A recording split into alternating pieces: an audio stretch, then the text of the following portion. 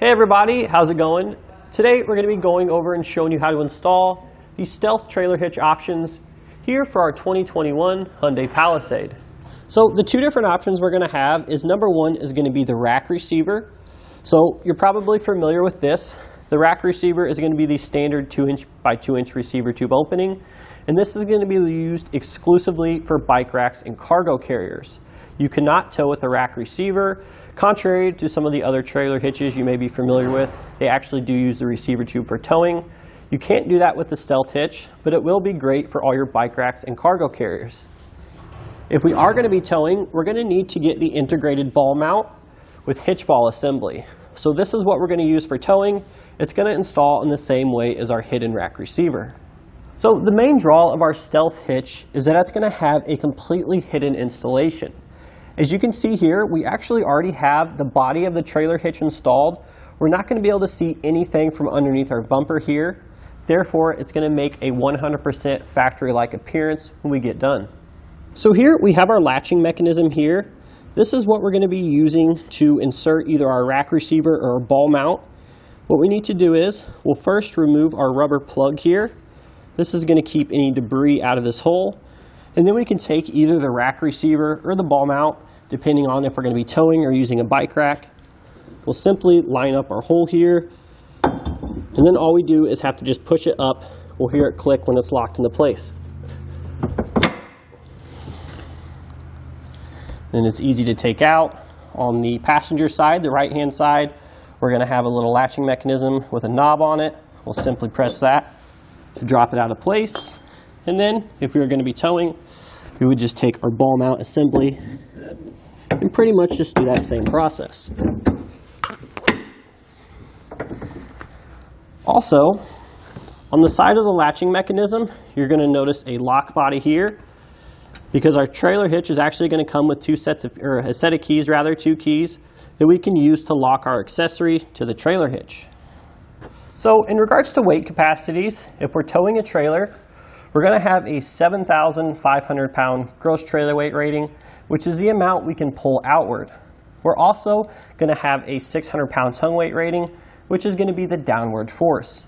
Now, if we're using it for the rack receiver for a bike rack, we're not going to have any issues because that same 600 pound tongue weight rating carries over to the rack receiver as well. Keep in mind, these weightings here are for the trailer hitch only, which is tested separately with the vehicle. So we do need to make sure that we take a look in our owner's manual to verify the capacity. If it's lower than the figures we just listed, that's the one you'll need to go by. So if we are going to be using our trailer hitch for towing, we have our ball mount inserted into the latching mechanism. We're also going to see our safety chain brackets here, which are definitely a little bit hidden, keeps them out of the way. But these are what we're going to use to secure the hooks for the chains on our trailer. As you can see here, nice and accessible. We're going to have one on the either side. Keep in mind, if you're going to be purchasing just the rack receiver portion, you won't have these extra brackets. But that's pretty much the only differences between the two installation are these two brackets here on the side, as well as the trailer connector and wiring. So now we have a couple measurements for you. The first one I like to do is just going to be your ground clearance. So the distance from the ground to the bottom edge of the receiver tube. That's going to be 11 inches, so you shouldn't have any issues with steep driveways or anything like that. It is still pretty far off the ground. And the other measurement we have is the distance from the center of the hitch pin hole to the outside edge of the bumper. That'll be useful when you're selecting your folding accessories, so you can make sure while they're in the stowed position that they don't contact the bumper. That's going to be about, let's call that 3.5 inches. So in regards to installation, it's pretty simple and straightforward. We don't have to make any modifications to the vehicle. It is going to be pretty much bolt on. You could definitely do this with just a common socket set you would have at home. You don't really need any specialized tools. That'll be it pretty much for the trailer hitch version. If you opted for the one with the towing kit, you will have to install the wiring harness, which is plug and play as well. So again, not really too hard. Let's go ahead and jump into that installation now so we can show you guys how to do it at home. So the first step of our installation today, we actually need to lower our spare tire.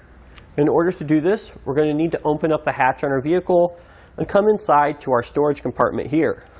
We'll simply lift this panel up, and inside we're going to see a bolt down here in this little area. This is the bolt we're going to use to lower the spare tire. We'll take a 21mm socket, we'll place that over the bolt like so, and then we'll simply just turn our ratchet, and this is actually going to lower our spare tire. So now with our spare tire lowered, we can go ahead and drag it out and set it aside.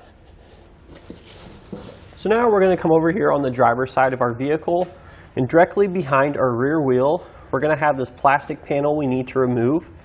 In order to do so, we're first going to have 3 push-pin fasteners here on the bottom, which we'll remove with a flathead screwdriver. We'll just simply pry that center section out. We should be able to pull it the rest of the way.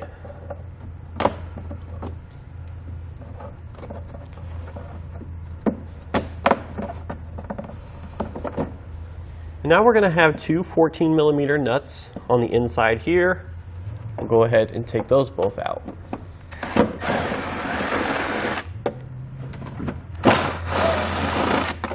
Once we get those loosened, we should be able to pull our panel straight down and out. So now we need to go ahead and lower our exhaust here. In order to do this, we're first going to be taking a support strap. We're just using a cam buckle strap here. We're tying it off to 2 points on our lower control arm. That way, when we break the isolators free or the hangers from the isolator, our exhaust has something to sit on so it doesn't fall down and cause damage. But now what we can do is we're going to go ahead and prep our rubber isolators. There's going to be 3 of them. We're going to have 1 here, 1 on the back side of the exhaust, and then 1 up front. What we'll do before we remove them is we're just going to be taking a spray lubricant. We're going to spray down the hangers inside those isolators to make them a little bit easier to remove. So now we're just going to take a pry bar here. We're going to slip it between this bracket and metal hanger and pry it off just like so.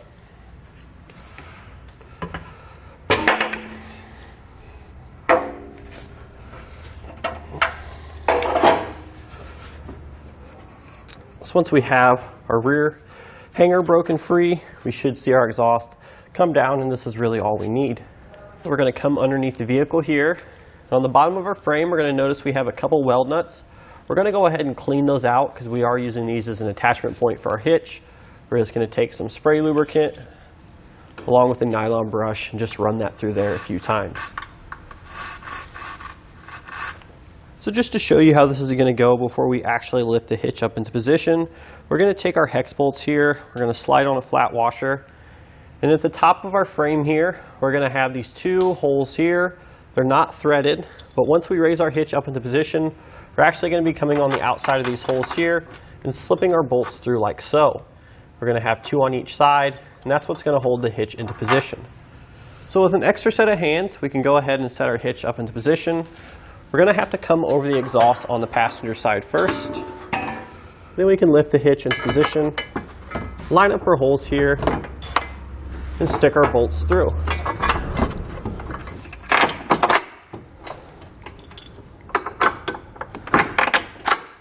So now once we get our bolts pushed through, we're going to come back with a flat washer and then our Nylock nut. So if you're having trouble with the washers, the flat washer sitting flush to the frame there because the bottom side of that body is in the way, we're just going to take a larger socket here with an extension, place that over that flat washer, and we're just going to hammer it flat. So now if you notice, we're going to have 1 bolt here on the bottom of our flange. We're going to take this little spacer block here, it's this triangular spacer block. There's actually going to be a gap between the bottom of the frame and the top of our hitch that we can slide that into. It's going to be installed like so. We'll simply just push that through until we can line up our holes. Then we're going to come back here with our smaller hex bolt here. We're going to install a split lock washer, a flat washer, and we'll actually go ahead and insert that bolt next. So now we can begin snugging down our fasteners. We're going to start with these 2 bolts up top here using a 19mm socket and wrench.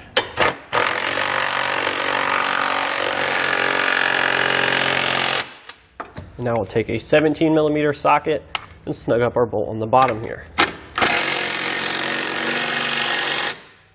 So now we'll come back with our torque wrench here.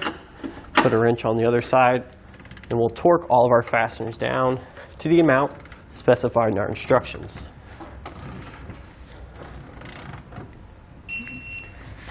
And now we'll have our bolt on the bottom, one on each side, torque that down as well.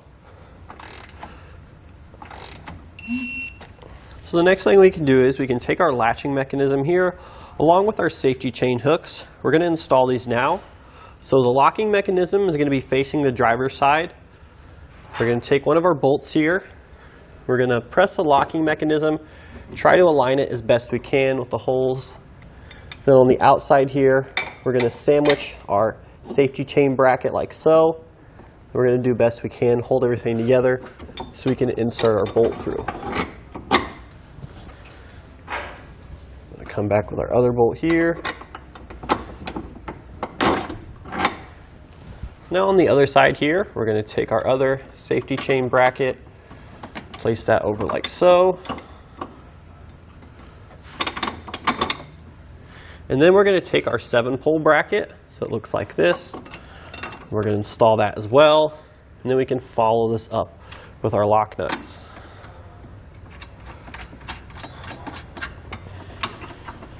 So now I'm going to take a 19mm socket and wrench. We'll go ahead and snug down our 2 bolts here.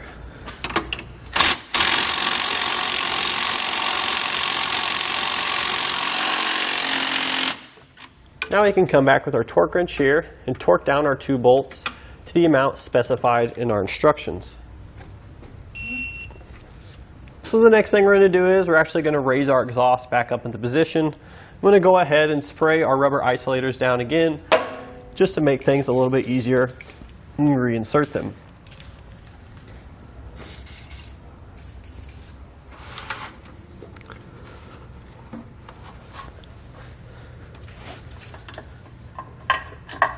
So now the next thing we're going to do is we're actually going to be moving on to our wiring.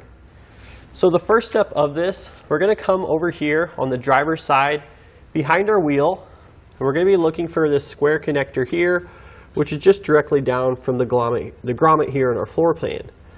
So once we have this connector here, there's actually going to be a cap on there. It could be taped to your existing harness here. You're just going to need to undo that. But we need to go ahead and take the cap off here. There's going to be a tab on either side here.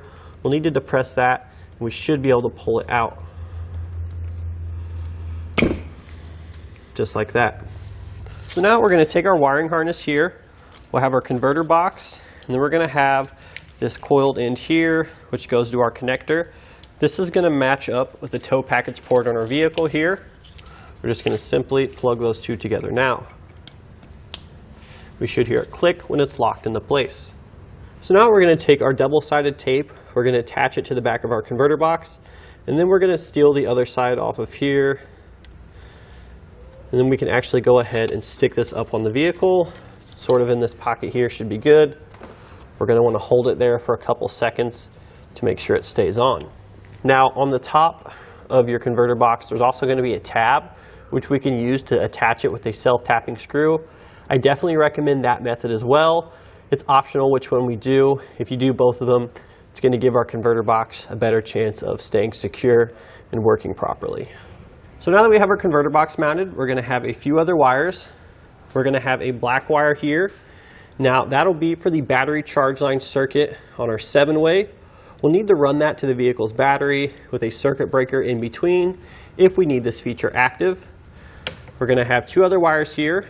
The blue wire, which is for the electric brake output circuit. This will be ran inside the cab of the vehicle to the back of the brake controller. And finally, we have the purple wire, which is for the reverse light circuit. Now, odds are most of you aren't going to be using this, so you can just simply tape it up. If you had a boat trailer that had a electric lockout on the coupler, that's when we would just splice this into the vehicle's reverse light circuit, preferably behind the taillights. But what we're going to do now is we're actually just going to be taping up these 3 wires here because the customer won't be using them. So the next thing we're going to do is we're going to take our wires here that go to the trailer connector, and basically we're just going to feed these back behind the bumper here, securing it to some existing supports, wrapping it behind there to keep it from dropping down. But we're going to be routing it over here to the side of our latching mechanism where we mounted the bracket earlier. So I'm just going to go ahead now and just route my wire over there.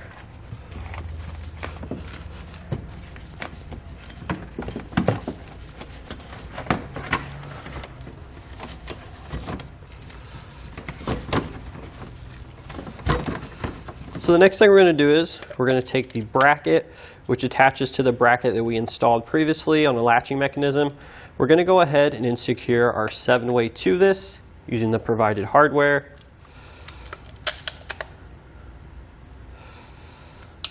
Just stick our screws through, hold those. We'll come around the back and lock them in place with our nuts. So now we'll take the connector and bracket that we just assembled. We'll go ahead and set that into position now. Here's the bracket that we installed on our latching mechanism.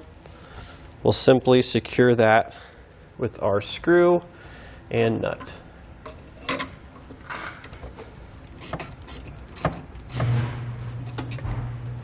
So now, once we have our trailer connector secure, we're going to take our wires here. We're actually going to come up through the top here. There's going to be a white grommet on the top of the trailer connector. We're going to feed those wires down through. We're going to open the lid, and then we're going to pull them out. Just like so. So now we're going to take each of our wires here, and we're going to attach them to the terminal insert here. They're actually going to be labeled for you. So what we need to do is we're going to take one of our wires here. Let's take the brown one for the first one. That'll be for the running light circuit. We're going to strip some of the wire back here. And then I'm going to find the one on our terminal block. It's going to be labeled brown, B for brown. So we'll loosen up the screw there. Then we can stick our wire in, then tighten it back down.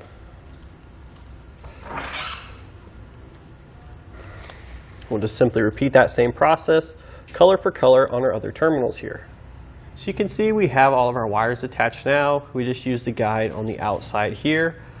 These little, we have G for green, BL for black, W for white. So these are the color codes we're going to be using to attach these wires. Now one of them that isn't labeled is going to be the center one, which is for the reverse light circuit. That's going to be to the purple wire.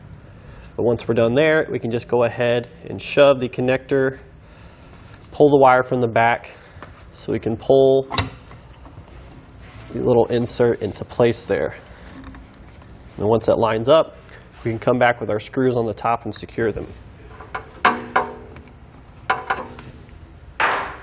So now that we have the trailer connector hooked up, we can go ahead and reinstall our trim panel here on the driver's side and then raise our trailer hitch back up into position. And now that we have our 7-way tester plugged in, we can go ahead and begin checking all our circuits. We have our brakes, left turn, right turn, and then our tail lights.